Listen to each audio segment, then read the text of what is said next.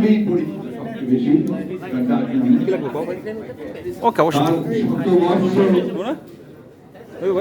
জন্মদিনের থেকে আলোচনা পালন করবার জন্য ভাসানী অনুষ্ঠানী পরিষদ যে আলোচনা সভা এখানে আয়োজন করেছেন, তার সংগ্রামী সম্মানিত সভাপতি জনাব রফিকুল ইসলাম বাবলু, আমাদের আজকের এই আলোচনা সভায় উপস্থিত এই অনুষ্ঠানটি আয়োজন করে তাকে স্মরণ করেছেন, সেই জন্য তাদেরকে ধন্যবাদ জানাচ্ছি। সেই সঙ্গে অত্যন্ত দুঃখ, ঘৃণা এবং ক্ষোভের সঙ্গে গতকাল ঢাকা বিশ্ববিদ্যালয়ে সহ সারা দেশের শিক্ষা প্রতিষ্ঠানগুলোতে এবং রাতে জাহাঙ্গীরনগর বিশ্ববিদ্যালয়ে যে ভয়াবহ বর্বরচিত হামলা সরকার দলীয় ছাত্র প্রতিষ্ঠানের মাধ্যমে সংঘটিত হয়েছে, তার তীব্র নিন্দা, ঘৃণা ও ক্ষোভ জানাচ্ছি। একই সঙ্গে যারা আহত হয়েছেন তাদের অতি দ্রুত আরোগ্য কামনা করছি, তাদের প্রতি সমবেদনা জ্ঞাপন করছি। বশির রহমান জাদু মিয়া তিনি বাংলাদেশের রাজনীতিতে নিঃসন্দেহে অত্যন্ত গুরুত্বপূর্ণ একটি ভূমিকা রেখেছেন, যেটা অনেকে কিছুটা আলোচনা করেছেন। আমি সেই বিষয়টি সম্পর্কে কথা বলতে চাই। বশির রহমান জাদু মিয়া সাহেবকে আমি ব্যক্তিগতভাবে খুব ঘনিষ্ঠভাবে চিনতাম না, কারণ তখন উনি যখন রাজনীতি অত্যন্ত সক্রিয়, সেই সময়টা আমি কিছুটা রাজনীতিকে দূরে ছিলাম। অন্যদিকে যেহেতু আমি ন্যাশনাল আর্মি পার্টির সঙ্গে একসময় যুক্ত ছিলাম, তার নেতা ছিলেন বশির রহমান জাদু মিয়া। তাকে অনেকেই এমনভাবে বলতে চেষ্টা করেন যে বশির রহমান জাদু মিয়া আসলে কিছুটা বিতর্কিত ছিলেন। আমি সেই দিকগুলো জানি না, ঠিক বিষয়ে বলতেও পারবো না। আমি তার যে ভূমিকাটা দেখেছি আপনার বাংলাদেশের রাজনীতিতে, সেটা সম্পর্কে একটু স্পষ্ট করে আমার ধারণা যেটা আমি সেটা আপনাদের বলতে চাই। বশির রহমান জাদু মিয়ার সবচেয়ে বড় যে ভূমিকাটা এই দেশের রাজনীতিতে একটা বড় ভূমিকা পাবে, তা হচ্ছে বাংলাদেশ জাতীয়তাবাদী দল গঠন করার ক্ষেত্রে। এই দেশে যখন রাজনৈতিক পট পরিবর্তন হলো, সেই পট পরিবর্তনের পরে যখন শহীদ প্রেসিডেন্ট জিয়া রহমান তিনি রাষ্ট্র পরিচালনার দায়িত্ব নিয়ে আসার পরে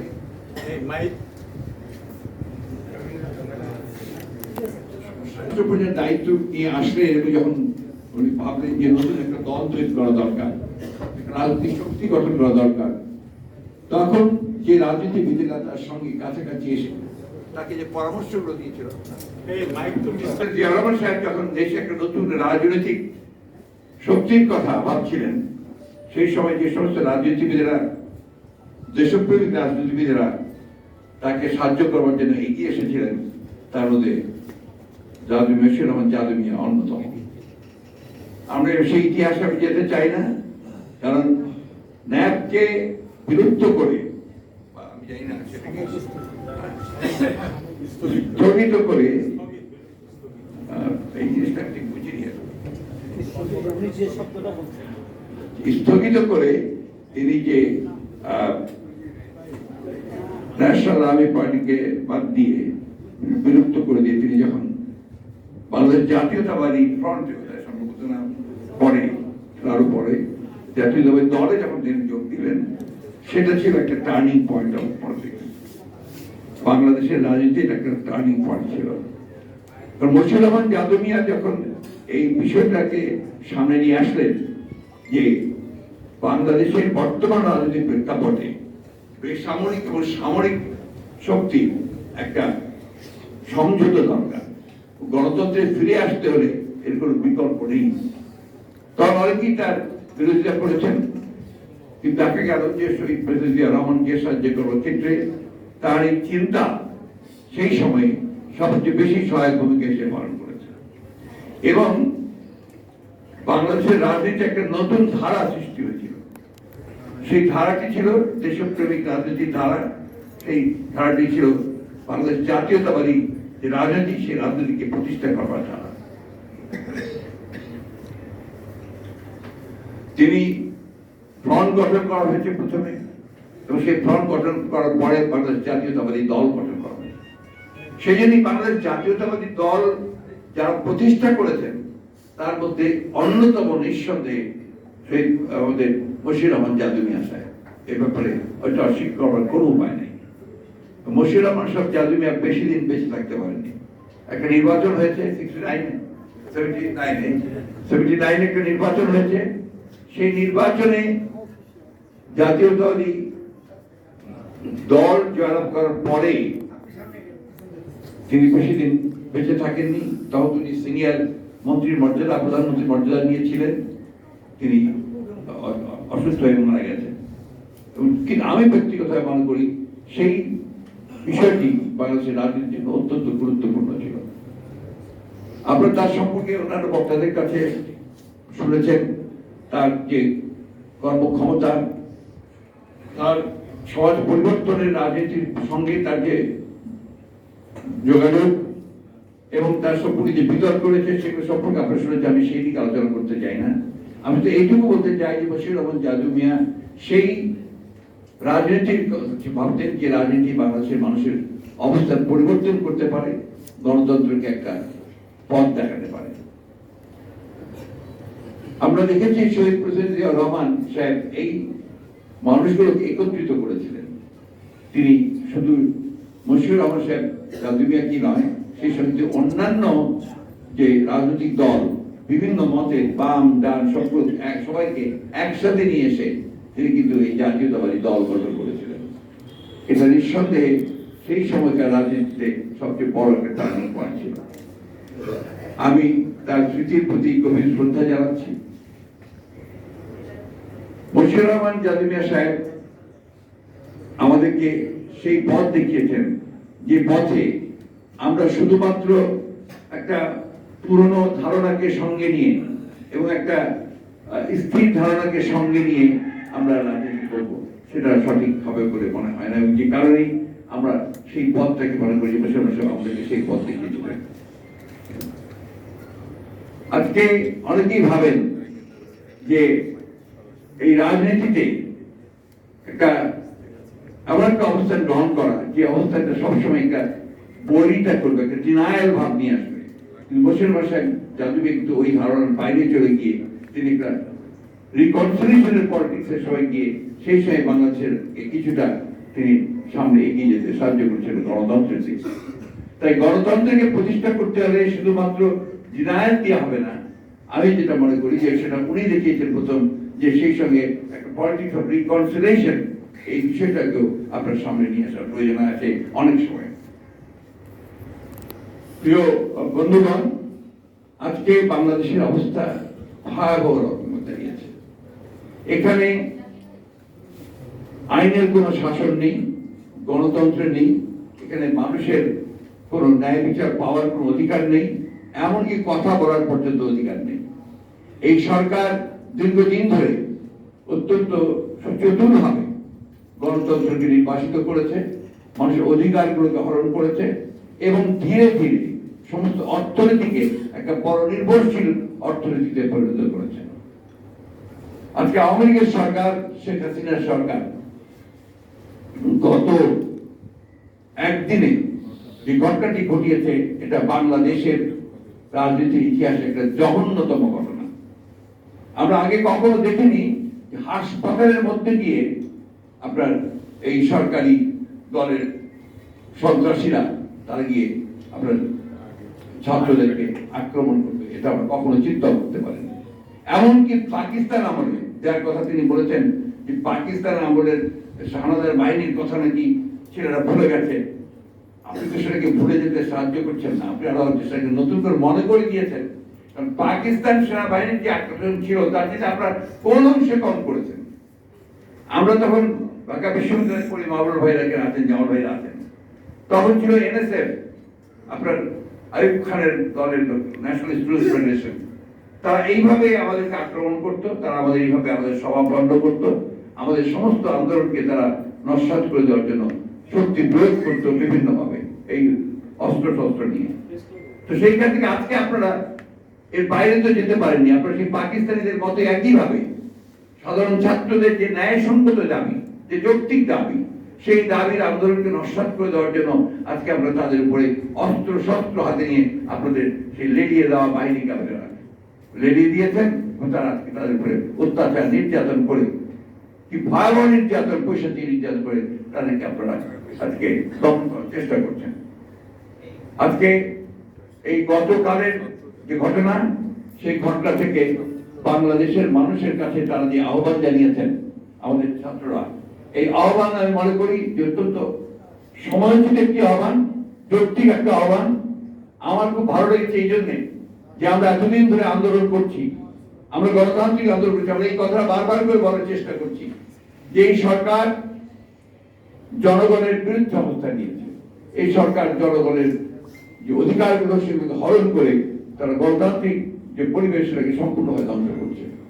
কিন্তু আজকে এতদিন ধরে আমরা দেখেছি যে সেখানে সাধারণ ছাত্রদের সেরকম কোন আপনার তাদের পার্টিসিপেশন যেটা সেটা আমরা দেখতে পাইনি।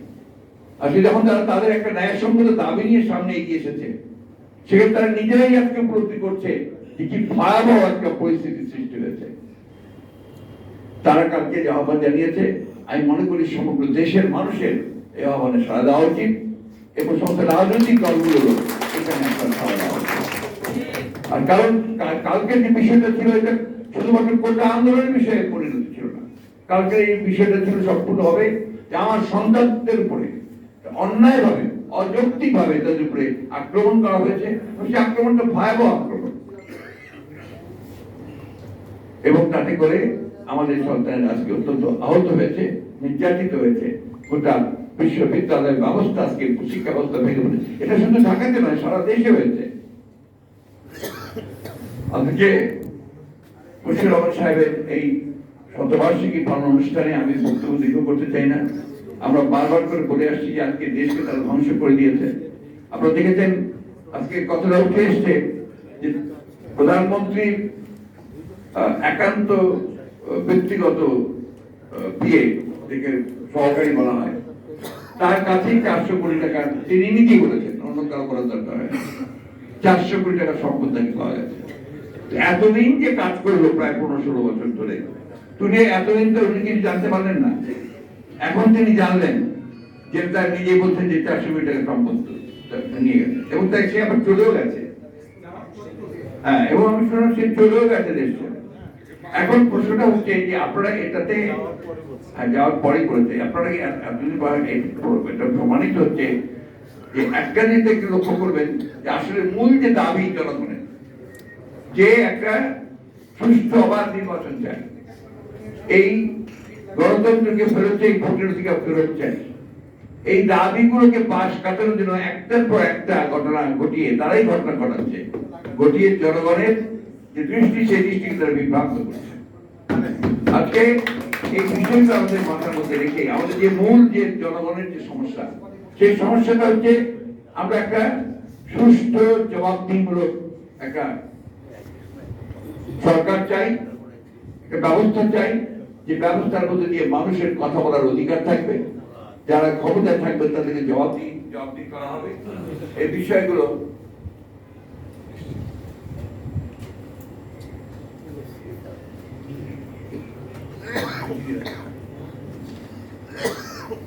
তার জবাবদিহিমূলক আপনার ব্যবস্থা থাকবে এবং সেখানে জনগণ তাদের কথা বলতে পারবে। বন্ধুগণ, বক্তব্য কথা বলে কঠিন সময় আমরা অতিক্রম করছি। এই সময়ে যদি আমরা রুখে দাঁড়াতে না পারি, এই সময়গুলো যদি আমরা রুখে দাঁড়াতে না পারি, তাহলে আমাদের দেশের জাতির অস্তিত্ব বিপন্ন হয়ে পড়বে। আমরা বরাবর বলছি, আওয়ামী লীগ এখন আর সেই আওয়ামী লীগ নেই। আওয়ামী লীগ এখন একটা সম্পূর্ণ দেউলিয়া একটা রাজনৈতিক দলে পরিণত হয়েছে। আওয়ামী লীগ সম্পূর্ণভাবে নির্ভরশীল হয়ে পড়েছে এখন আমলাদের উপরে এবং তার তথাকথিত বাহিনীর উপরে, যারা আজকে রাষ্ট্রকে সম্পূর্ণভাবে একটা পুরোপুরিভাবে একটা ফ্যাসিবাদী রাষ্ট্রে পরিণত করেছে। আমি ফ্যাসিবাদ সম্পর্কে আমার ধারণা বই পড়ে বিভিন্ন ভাবে, কিন্তু কোনো ধারণা ছিল না। কালকে আমার মনে হয়েছে যে আমি ফ্যাসিবাদ দেখি, আমি আমার চোখের সামনে ফ্যাসিবাদ দেখছি যে যখনই কোনো কিছু দমন করতে হবে বিরোধী দলকে বা বিরোধী কথাকে, এমনকি ছাত্রদের দাবিগুলোকে, তখন এইভাবে তাদের দলের বিভিন্ন লোকজনদেরকে দিয়ে, সন্ত্রাসীদেরকে দিয়ে তাদেরকে লেলিয়ে দেওয়া, তাদেরকে আপনার পুরোপুরিভাবে স্তব্ধ করে দেওয়ার চেষ্টা করা, এটা হচ্ছে সত্যিকার অর্থেই ফ্যাসিবাদ। আজকে সেইখান থেকে দেশকে বের করে আনতে হবে। আজকে 53 বছর হচ্ছে স্বাধীনতা। এই স্বাধীনতার পরে আজকে এতদিন পরেও আমাদেরকে আমাদের অধিকার নিয়ে লড়াই করতে হচ্ছে, সংগ্রাম করতে হচ্ছে। যে কোটার কথা ছেলেরা বলেছে, এই কোটার কথা তো উনি এই প্রধানমন্ত্রী তো আপনার বাতিল করে দিয়েছিলেন। আবার সেটাকে আপনার আদালত দিয়ে সেটাকে নিয়ে এসে সামনে নিয়ে এসে সেটাকে ইস্যু বানিয়ে আবার সেটাকে ইস্যু তৈরি করেছেন। দুর্ভাগ্য আমাদের আজকে আদালতকে ব্যবহার করা হচ্ছে তাদের শাসনকে স্থায়ী করে রাখবার জন্য। এই কথাটা আমরা বহুবার বলেছি, সেই জন্য আমাদেরকে বিভিন্নভাবে কথা বলা হচ্ছে। আমি খুব স্পষ্ট করে একটা কথা বলতে চাই, সেটা হচ্ছে যে এই দেশের মানুষ এরা জেগে উঠছে। আমি বিশ্বাস করি যে জনগণ তাদের অধিকার আদায় করে দেবে। এবং যে কথাটা মান্নার সহ আমাদের বক্তারা বলেছেন যে আর সময় দেওয়া যাবে না, আর সকলকে উঠে দাঁড়াতে হবে, রুখে দাঁড়াতে হবে, এই অন্যায়ের বিরুদ্ধে দাঁড়িয়ে আমাদের অধিকার আমাদেরকে আদায় করে দিতে হবে। আপনাদের সকলকে ধন্যবাদ।